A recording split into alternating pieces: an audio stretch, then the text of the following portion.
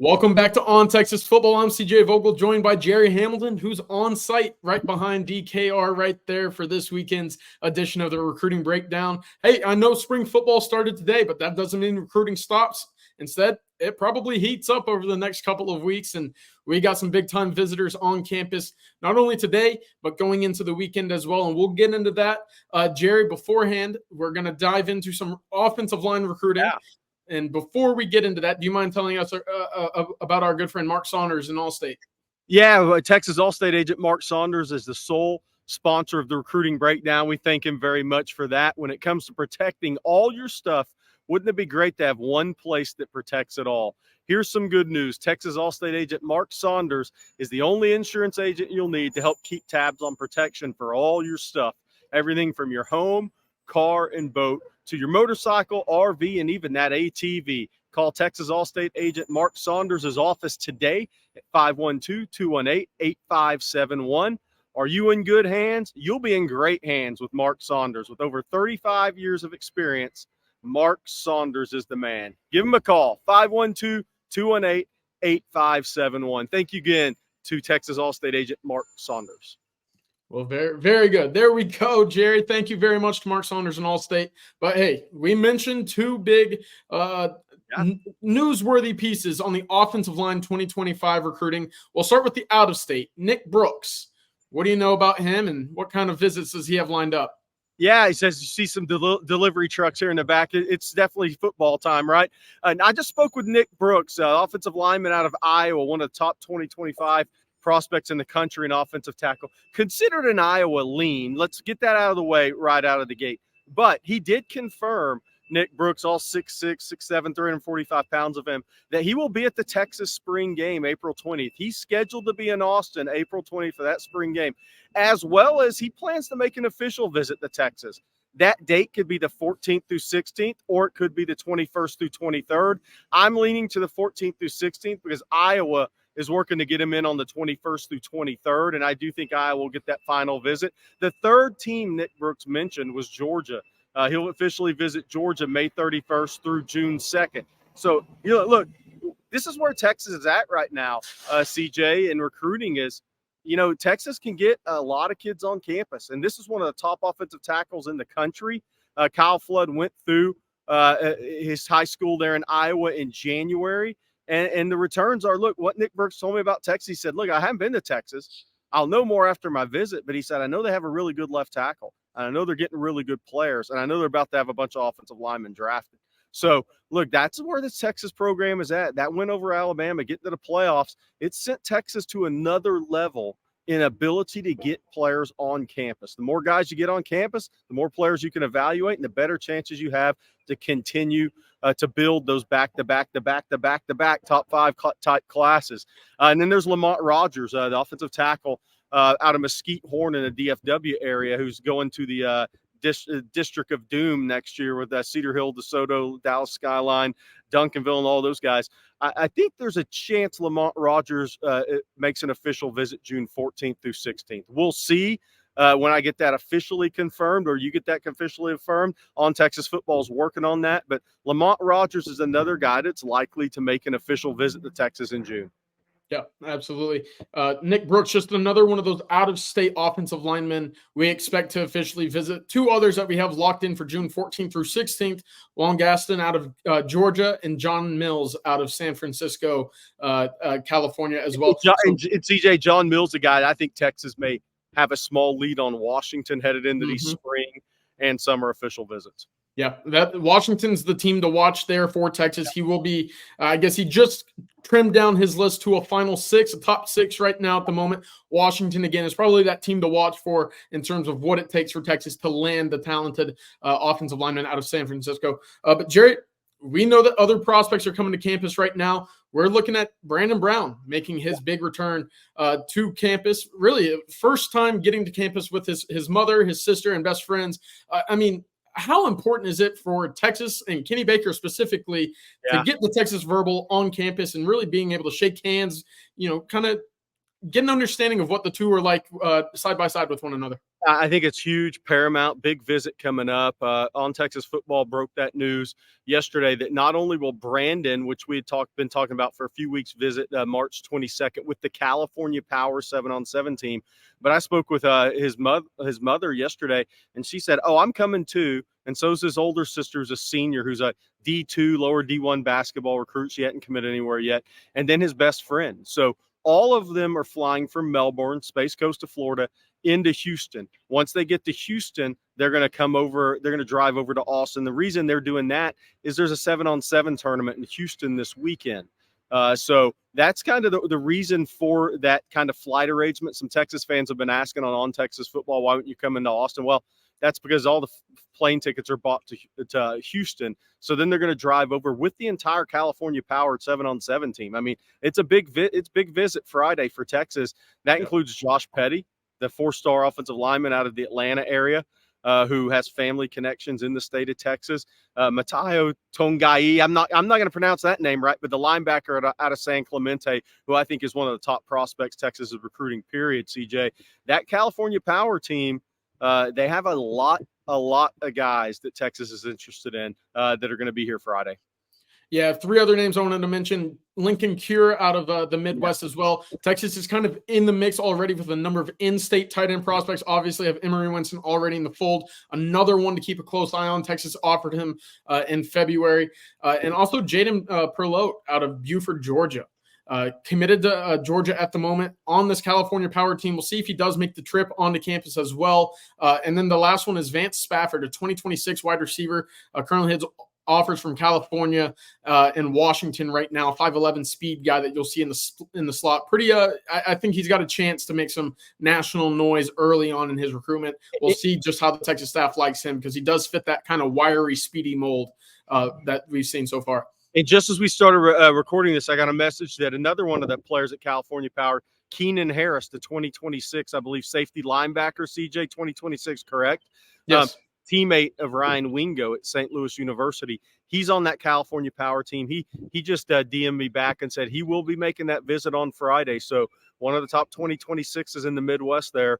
And a former teammate of Ryan Wingo will be on campus as well. And I know, CJ, we're about to talk about these freshmen. And so Keenan's going to get the chance to see his guy, Ryan Wingo, put on a show if today was any indication. Today was absolutely an indication. That's a great segue into what we wanted to talk about a little bit, which was the guys that we used last year's recruiting breakdown on with the early enrollees. There's 17 of them on campus right now undergoing their first spring practice today. They kicked off this morning, concluded, but picked back up Thursday morning as well. So we'll start with Ryan Wingo because as we were walking off the field today, I watched him make a leaping catch over the middle where he, within the same stride of coming down, was able to elude 2 Texas defenders, and it looked spectacular. And I think we both mentioned it a little bit in the past, but Ryan Wingo, to me, looks like the most all-around wide receiver Texas has had since, dare I say, someone like Roy Williams. I mean, he looks the part, and today in his first practice, he made some oohs and ahs, from the peanut gallery over here with me. Now, it's amazing that when a guy makes an impact like that, you start to hear that, oh, Roy Williams, because that's what Roy Williams did. He was being talked about in that way, right?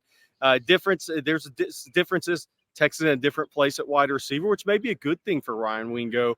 Of course, it's a complicated scheme, so picking up that scheme, taking that part pre-snap to the field, but will be a big determining factor for him. But I'm here to tell you, I agree, CJ. I know Bobby Burton agrees that he was a little bit of a wow today. And, Kelvin Banks was a little bit of a wow, right? Mm-hmm.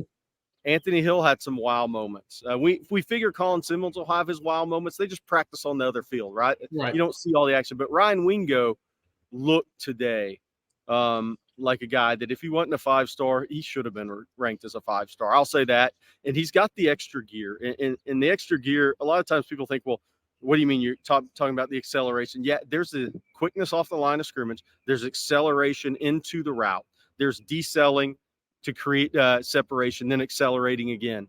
But when the ball's in the air, the really, really different guys, they have a different gear. When they see that ball and it's time to go find that ball and track that ball, those guys have a different gear. And that's what Ryan Wingo showed today about 2 or 3 times is he possesses the gear that very few guys have on top of the rest of the skill set. So it's going to be fun to watch and see how quickly he develops the rest of that wide receiver, the nuances of the position with Chris Jackson, and how much Steve Sarkisian talks about him the next month.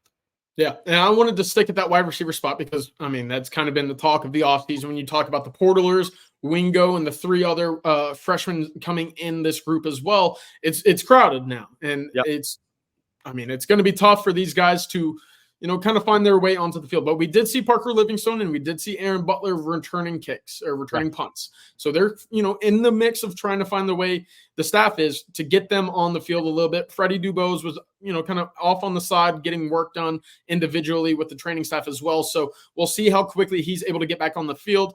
But with guys like Aaron Butler, for what we've seen from him and what Sarkisian has in the past, what's your level of excitement like for guys like Aaron Butler and Parker Livingstone when it comes to what they project to long-term and also what you want to see out of them in this first spring? What I like about those guys, they're 2 totally different wide receivers. I love guys like Aaron Butler who have that stop-start ability. Who you could say, okay, he can return punts at the Power 5 level. If you say this guy can return punts at the Power 5 level, that means they have change of direction at a very high level. They can stop-start.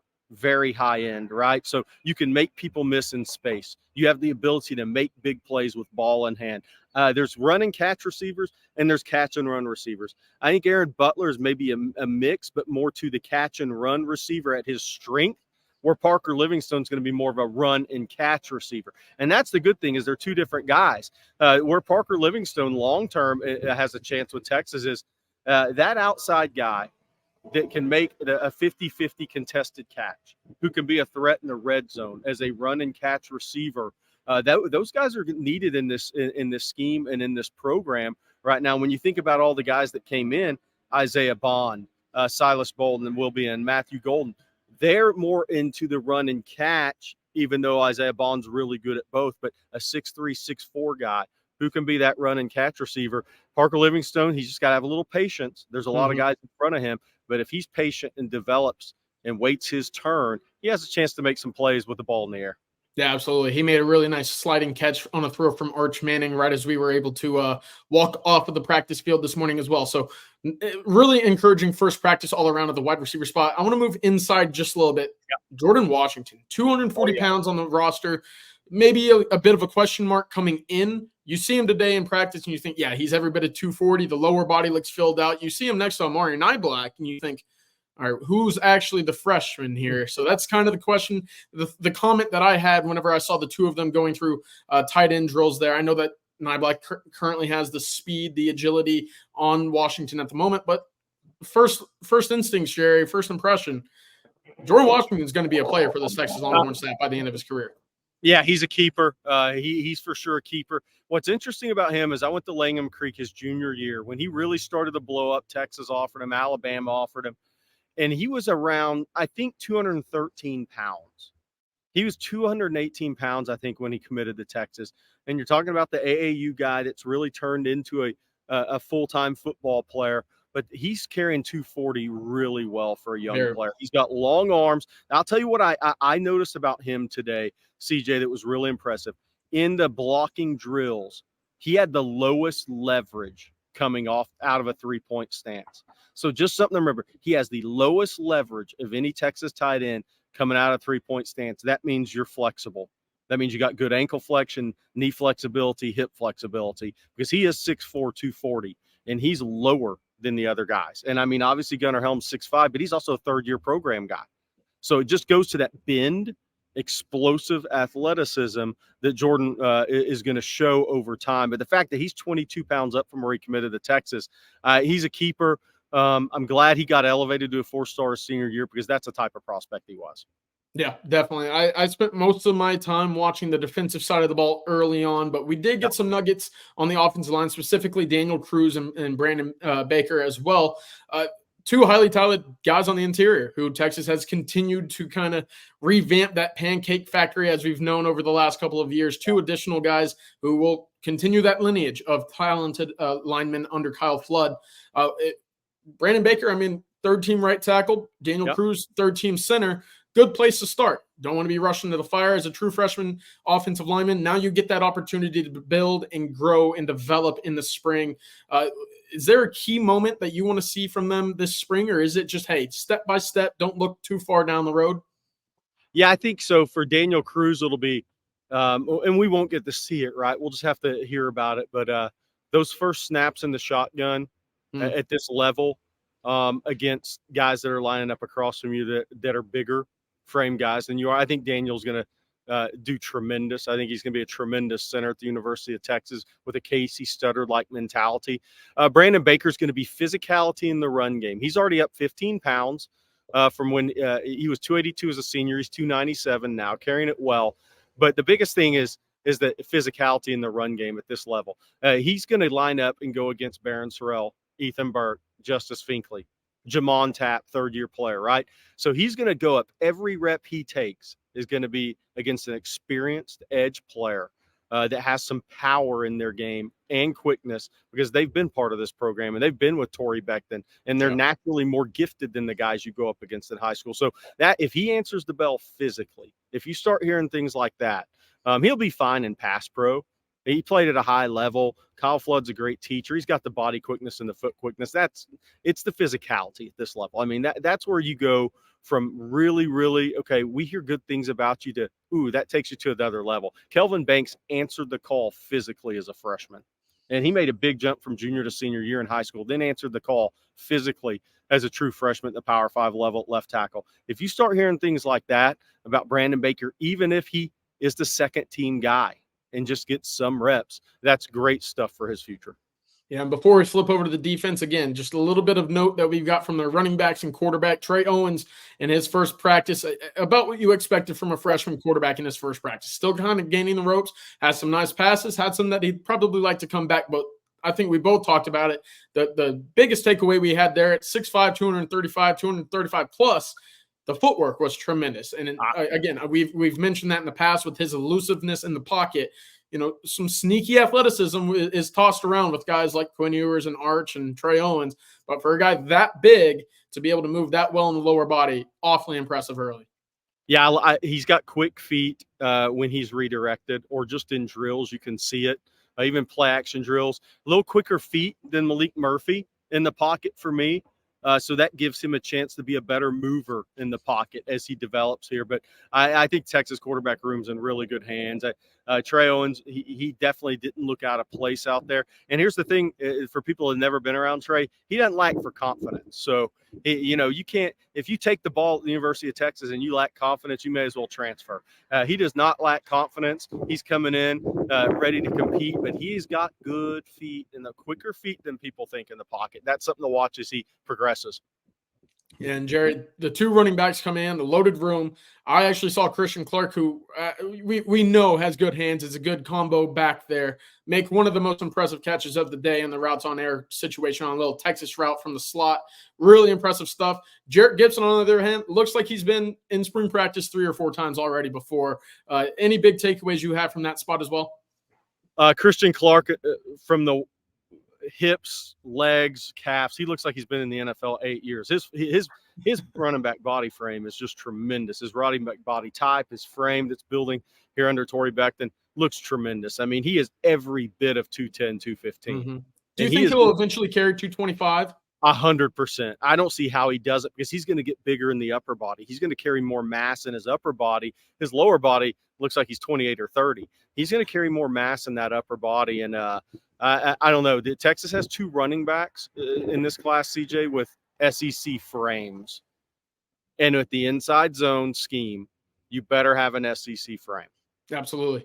And flipping over to the defensive end, which we've seen Texas kind of boost up and bolster just a little bit this offseason. 5-star Colin Simmons is probably the talk of the town coming into spring football. Again, the defensive line, that front 7 were off to the backfield just a little bit, but we saw, at least I did, a little bit of that burst off of the line. What did you like? What did you like that you saw, CJ? I love the burst off the line of scrimmage. And I think that's what we knew about Colin Simmons coming in is, hey, this kid, when that ball is snapped, you better be on your A game if you're a tackle. Otherwise, you know where Colin Simmons is going to end up. They work drills off of that edge with PK and some of the guys there. Just making sure you have your hand places in the right spot when you do come off. That was a big emphasis today in the drills that they run. And that was a big part of what Colin talked about in Orlando of what he wanted to get better at in his game is I've got to add to my bag. I've got a few moves that worked in high school. I know they're probably not going to work with the same level of success in college. What can I do now to diversify my bag of tricks when it comes to getting after the passer? Right now, the ball get off is something that jumps off to me. And Zena, I mean, my goodness, you couldn't build a better looking defensive lineman off the edge than what Zena is at 6'5", 255. I thought he and Colton Vasek actually looked like the two best edges from a pure physicality and frame standpoint of the group today. That's not to say, whoever else was there is lacking or anything, but I did think that if you could build a prototypical edge rusher, it was what they had. Very lengthy, very long, and could certainly go off the ball as well. But Alex January moving to the inside. Texas needs him to kind of fill that void of what left last year. They need him to step up and kind of expedite their run or his run to the field. I thought he carried 315 very well today. I thought he looked athletic. He looked flexible in his stance. He looked flexible in stretching whenever he was really getting after it as well.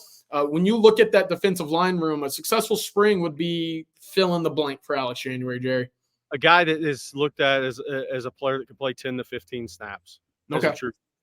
I think that is a successful spring for Alex January because he's going to keep gaining strength. That body's going to keep changing headed into August. But if we're hearing, okay, this guy can help us next year in the first year in the SEC, that's a very good sign for Alex January's future. Absolutely. And before we get over to our last part of the group, the defensive backs, Jerry, do you mind telling us one more time about Mark Saunders and All-State? Texas All-State agent Mark Saunders is the sole sponsor of the Recruiting Breakdown. We thank him very much for that. When it comes to protecting all your stuff, wouldn't it be great to have one place that protects it all? Here's some great news. Texas All-State agent Mark Saunders is the only insurance agent you'll need to help keep tabs on protection for all your stuff. That's everything from your home, car, and boat to your motorcycle, your RV, and even that ATV if you have one. Call Texas All-State agent Mark Saunders' office today at 512-218-8571. Are you in good hands? With over 33 years of experience, you'll be in great hands with Texas alum Mark Saunders. Give him a call today, 512-218-8571. Perfect. Thank you, Mark Saunders and All-State, for being the sole provider of the Recruiting Breakdown this week and every week. But to the defensive backs, we'll start with the cornerbacks, Kobe Black and Wardell Mack. We've talked about in the past, Kobe Black, again, you see him in pads with the helmet on for the first time, and it really stands out to you just how big he is. I mean, He looked, physically like the biggest cornerback Texas had. Not to discount what Terrence Brooks has done to his body because he looks like a whole different kind of big. He looks like a running back. Absolutely. He's on that Jerck Gibson kind of diet right now. But Kobe Black, to me, with the length and the height, is something that doesn't necessarily – you don't see it all throughout the Texas cornerback room at the moment. It kind of separates him with the skill set that he brings. It looks to me like Texas is maybe looking for that longer, leaner, kind of lengthier cornerback. With Kobe Black, he certainly fits that mold. Yeah, I think so. So Cedric Baxter was 6'1.5", 218 as a freshman, right?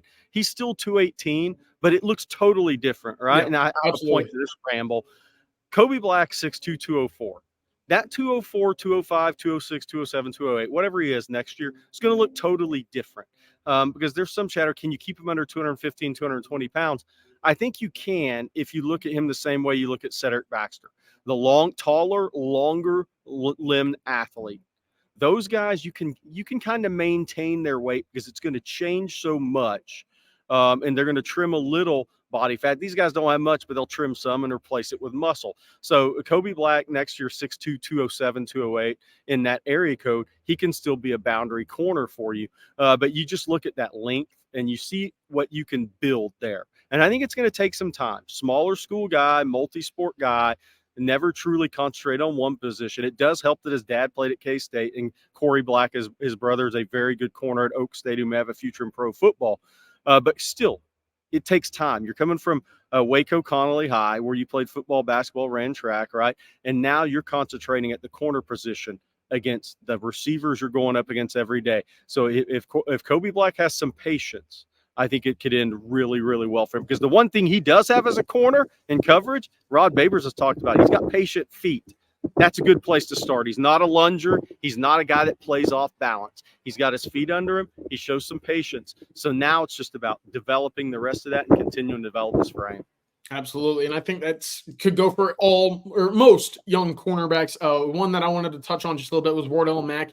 It was the lengthy arms that really stand out to me. When you watch his tape, what was really most impressive to me was coming downhill on breaking routes. Anything that was slants, digs, ends, anything along the lines of that. If he can come through the back of a wide receiver and kind of get to the ball before the receiver, he does it most times when he's in position. That stood out to me today just by walking by and seeing how he moves athletically in those drills. But to the back safety spot, because we've seen a lot of Jordan Johnson-Rubel. We've talked a lot about Xavier Filsaime. Jerry, you and I, as we left Sarkisian's press conference earlier today, we actually saw the two of them walking back from practice right up the hill from where you are right now, looking like they had a great time at their first practice. They were laughing, smiling, giggling. They waved over to us. But the two of them, we know that they're talented, and we know that they can be impact players during their time at Texas. I'll start with Xavier Filsaime because he's kind of been one of those guys that we've heard a lot of during winter conditioning. You see him today, and my goodness, he looked the part, didn't he? CJ, the crazy thing is, if he and Andrew Makuba were standing next, and this is not a slide on Makuba, tremendous player, going to be a starter, very good player, NFL future. But if the two of those guys are standing next to each other and they didn't have a name on their jersey, you would naturally think Filsaime was Makuba, because you'd say that guy is 6 foot, 195 pounds, looks like he's been playing college football for 3 years. That's where Filsaime is at physically. I mean, he is a well put together guy who's very naturally strong and is building on that natural strength now. He just looks explosive. He looks fast. He looks physical. He looks athletic when you see him. Very impressive. Jordan Johnson-Rubel, to me, is, on days that aren't like full pads, the very instinctive players, right? That's when they really shine. But Jordan Johnson-Rubel's put on about 10, 12, maybe 14 pounds of really good weight. He being at IMG, he was already ahead physically, but now coming from IMG, graduating early, which most kids do, working with Torrey Becton for a while, he looks really good physically. He's got a little bit longer arms than I think he's given credit for. But again, his instincts are what is going to push him onto the field. He's going to be a good player at Texas. I don't think there's any doubt. But I think more will be talked about with him when it's more live action. Yeah, Jordan Johnson-Rubel looks at nickel and back deep at safety today in the first practice that we were able to watch. Also, to your point about filling out and kind of putting on that armor that we expect or at least look for with the early enrollees, Jordan Johnson-Rubel's lower body is looking good. I'll say that. So that's and CJ, to your point, Jerck Gibson, Jordan Johnson, hey, they're the first two guys from IMG for Texas in a while, right? If you don't leave IMG looking really advanced physically, you haven't worked hard. Bottom line. So those guys are workers. That's what we know about them. Hey, and that kind of adds to what we've talked about this offseason. You go with the modern day and you grab a 5-star Brandon Baker. Look what he's been doing. You go to Duncanville, state champions up there, Alex January, Colin Simmons.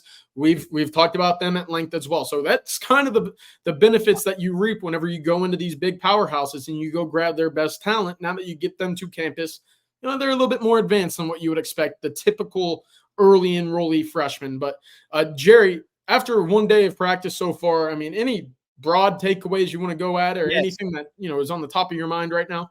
I'm going to go ahead and name our day one MVP for us, Ryan Wingo. He's the true freshman MVP today. You're in agreement with that, right? I like it. I would back that up, yes. Yeah, I mean, look, today wasn't the day for the edges and D-line guys, really, right? That's when pads are really on, shoulder pads, pants, and it's game on. But today, in this setting, first practice for Ryan Wingo, we saw 30 minutes of it, so who knows what happened after that. I have to give him my day one MVP. Absolutely. Well, that'll do. Hey, for day one, that's not too bad. And I think Sarkisian, we watched the press conference. He was a little giddy about what he was talking about, which isn't. CJ, he was excited. You don't see that too often from Sarkisian, especially after one day in a helmet. Maybe he just looked at his bank account or something. I don't know, but he was excited. He was excited. Jokingly, but he has a little confidence already with this group. I think he likes the way they've worked. Yeah, absolutely. He mentioned the way they showed up today. He mentioned the energy, the excitement from his team walking out, as well as the depth in the way in which his coaching staff went about coaching the players today, as all strengths that he saw today. But that will do it for the recruiting breakdown today. We'll have a live stream later tonight. Make sure to join the March Madness bracket. That will be on ontexasfootball.com as well. Big game tonight for the who Texas will play in March Madness, Colorado State and Virginia later this evening. We'll also have the Longhorn live stream at that point. Me and Rod Babers. We might see a little bit of Gerry Hamilton in there as well later tonight. So until then, make sure to like, subscribe, hit us up on Texas Football as these updates and tidbits keep coming in as well. But for Gerry Hamilton, I'm CJ Vogel, and this has been the On Texas Football Recruiting Breakdown. Welcome.